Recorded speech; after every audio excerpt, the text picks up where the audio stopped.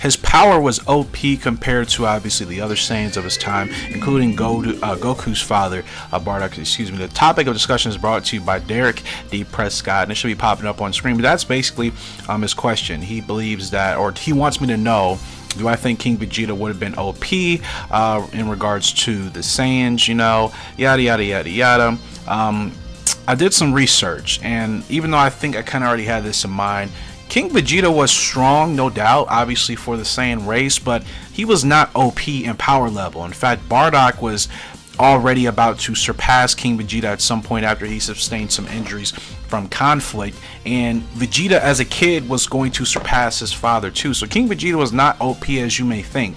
Just because he's the king of Saiyans, you would think it would translate to him being super OP and super ridiculously powerful. Like I said, I'm not taking anything away from his strength, but Vegeta was going to be stronger than his father when he was a kid. In fact, he was. And then also Bardock was going to eventually surpass King Vegeta if he would have stayed alive a little bit longer. So King Vegeta, believe it or not, was not as powerful as you think, even with the Saiyan bloodline that he is a part of. Now, you guys know I'm never really the one to go into the whole power scaling and multipliers and all that stuff, because it's such a kind of a messy conversation. You got people that believe certain things, you got people that don't believe certain things. There's really no definitive answer to anything, at least within the community itself. But if, for example, if we're going to take the multipliers, King Vegeta turns into the Great Ape, right? He does his Great Ape transformation. Technically speaking, his power would be somewhere around 100,000, which would put him above you know, fighters like Dodoria, Zarbon, most of the Ginyu Force except for Captain Ginyu, whose power level supposedly was 120,000. So that even still goes to show you King Vegeta was strong, but not as powerful as you may think, simply because he was the king.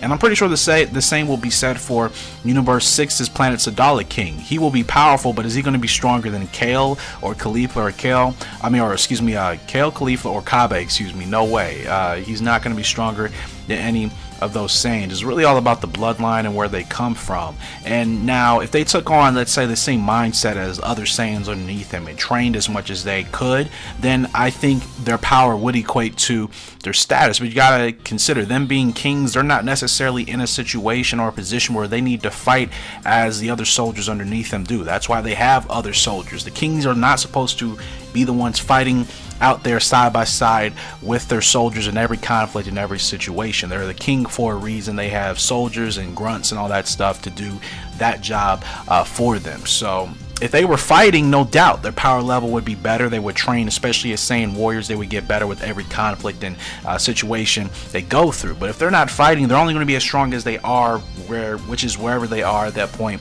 in time, you know, within the Dragon Ball multiverse. And like I said, the same can be applied for King Vegeta, Planet Sadala King. They're strong Saiyans, no doubt, but OP, no way. And stronger than other fighters serving under them? No, not even. Vegeta was stronger than his father. As a kid, he surpassed him during a kid. Bardock was going to be stronger than King Vegeta.